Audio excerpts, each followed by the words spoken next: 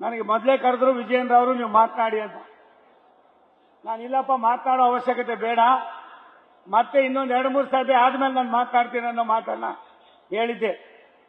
ನಿಮ್ಮನ್ನ ಹೆಸರನ್ನು ಹಾಕಿದ್ದೀವಿ, ನೀವು ಮಾತಾಡಲೇಬೇಕು ಅನ್ನುವ ಸೂಚನೆಯನ್ನ ಕೊಟ್ಟಿದ್ರ ಮೇರೆಗೆ 19 ಜನ ಏನಿವತ್ತು ನಾವು ಗೆದ್ದಿದ್ದೇವೆ. ಮೊದಲನೇ ಹಂತದಲ್ಲಿ 14ರಲ್ಲಿ 12, ಎರಡನೇ ಹಂತದಲ್ಲಿ 14ರಲ್ಲಿ 7. ಇದಕ್ಕೆ ಬಿಜೆಪಿ ಎಷ್ಟು ಮಟ್ಟಿಗೆ ನಮಗೆ ದೊಡ್ಡ ಕೊಡುಗೆಯನ್ನು ನೀಡ್ತೋ ಅಷ್ಟಾ ದೊಡ್ಡ ಕೊಡುಗೆಯನ್ನ ಜನತಾದಳದ ನಮ್ಮೆಲ್ಲರ ನೆಚ್ಚಿನ ನಾಯಕರಾದ ಸನ್ಮಾನ್ಯ ದೇವೇಗೌಡರವರು, ಸನ್ಮಾನ್ಯ ಕುಮಾರಸ್ವಾಮಿ ಅವರು ಕೂಡ ಕೊಟ್ಟಿದ್ದಾರೆ ಅನ್ನುವ ಸಂತೋಷದ ಮಾತನ್ನ ಈ ಸಂದರ್ಭದಲ್ಲಿ ಹೇಳೋದಕ್ಕೆ ಇಷ್ಟಪಡ್ತೀನಿ. ಬಂಧುಗಳೇ, ತುಮಕೂರು ನನ್ನ ಆರಾಧ್ಯ ದೈವ, ನಡೆದಾಡುವ ದೇವರು ಪರಮ ಪೂಜ್ಯ ಸಿದ್ಧಗಂಗಾ ಶ್ರೀಗಳವರ ಕೃಪಾಶೀರ್ವಾದ, ಪರಮ ಪೂಜ್ಯ ಆದಿಚುಂಚನಗಿರಿಯ ಡಾಕ್ಟರ್ ಬಾಲಗಂಗಾಧರನಾಥ ಮಹಾಸ್ವಾಮಿಗಳವರ ಕೃಪಾಶೀರ್ವಾದ,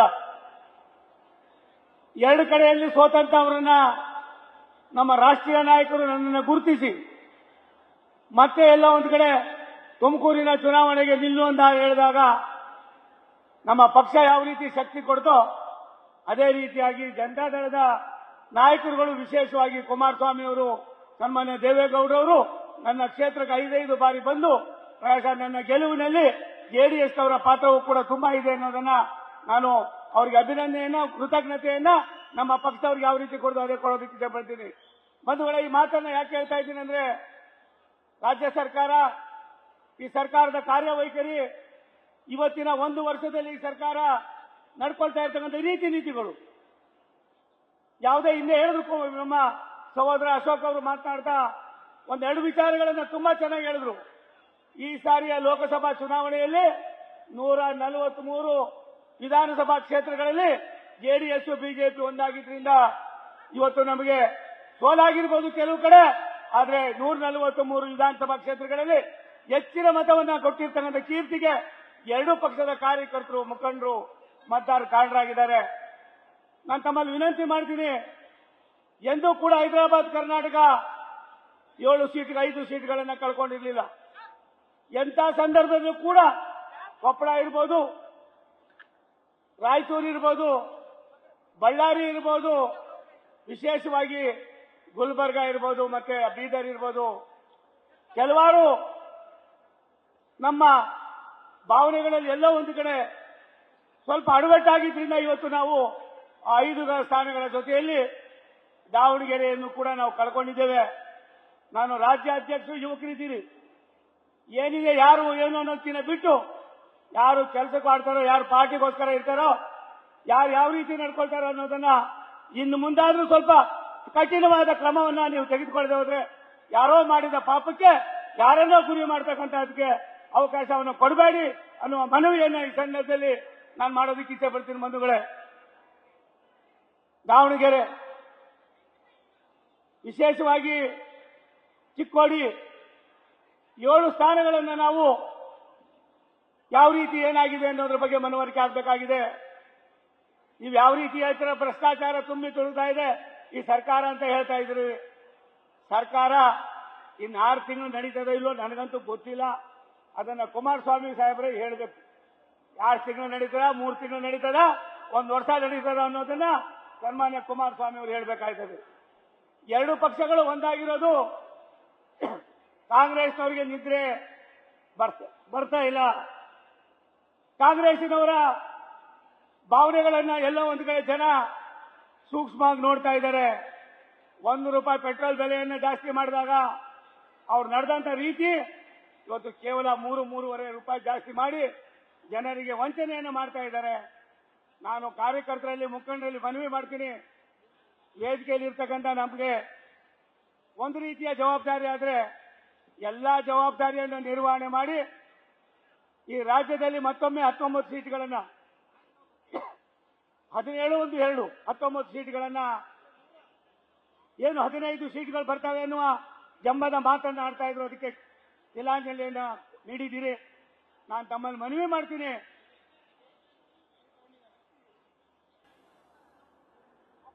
ತುಮಕೂರು ಲೋಕಸಭಾ ಕ್ಷೇತ್ರ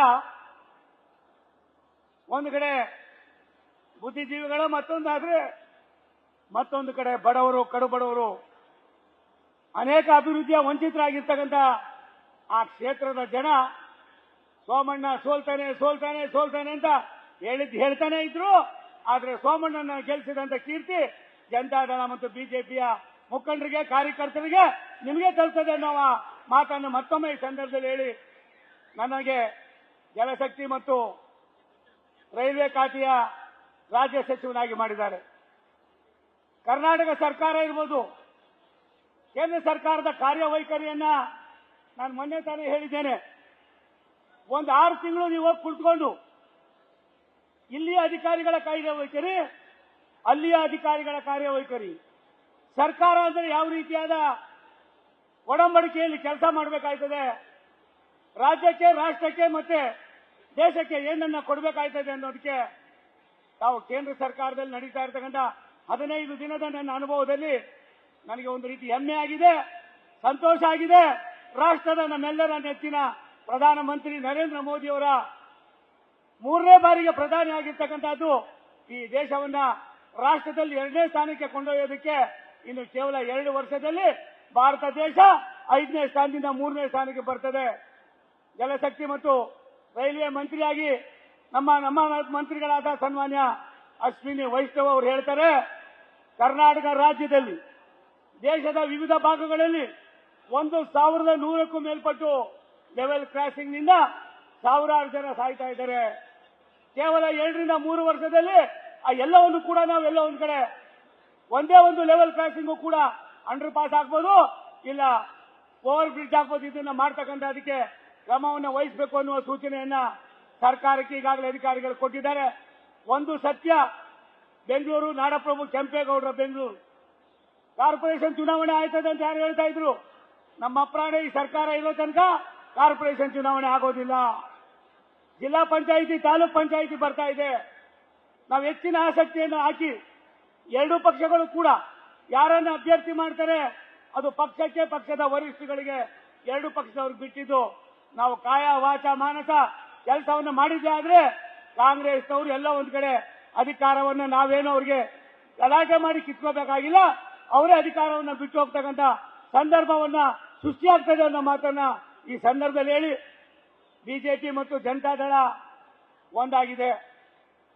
ಸುಮಾರು ವರ್ಷದ ಬಹುದಿನದ ಕನಸು ಇವತ್ತು ನೆನಸಾಗಿದೆ. ಮತ್ತೊಮ್ಮೆ ಎಲ್ಲ ಒಂದ್ ಕಡೆ ಸಣ್ಣ ಪುಟ್ಟದನ್ನ ಮರೆತು ದೇಶಕ್ಕೋಸ್ಕರವಾಗಿ, ರಾಜ್ಯದ ಹಿತಕ್ಕೋಸ್ಕರವಾಗಿ, ರಾಷ್ಟ್ರದ ನಮ್ಮೆಲ್ಲರ ನೆಚ್ಚಿನ ಪ್ರಧಾನಿಗಳಾದ ಸನ್ಮಾನ್ಯ ನರೇಂದ್ರ ಮೋದಿಯವರ, ಸನ್ಮಾನ್ಯ ಅಮಿತ್ ಶಾಜಿಯವರ, ನಮ್ಮೆಲ್ಲರ ನಾಯಕರುಗಳಿಗೂ ಕೂಡ ಒಂದು ರೀತಿ ಸಂತೋಷವನ್ನ ಕರ್ನಾಟಕದ ಮಹಾಜನತೆ ನಾವೆಲ್ಲರೂ ಕೂಡ ಒಟ್ಟಾಗಿ ಸೇರಿ ಕೊಡಬೇಕಾಗಿದೆ.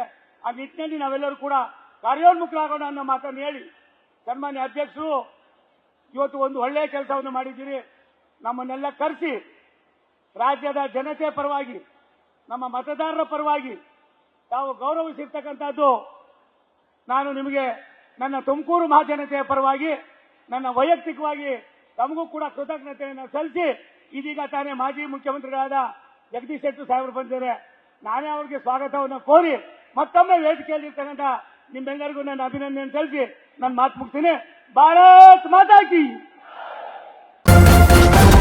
ನ್ಯೂಸ್ ಫಸ್ಟ್, ನಿರ್ಭೀತಿಯಿಂದ ನಿಮ್ಮ ಪರವಾಗಿ.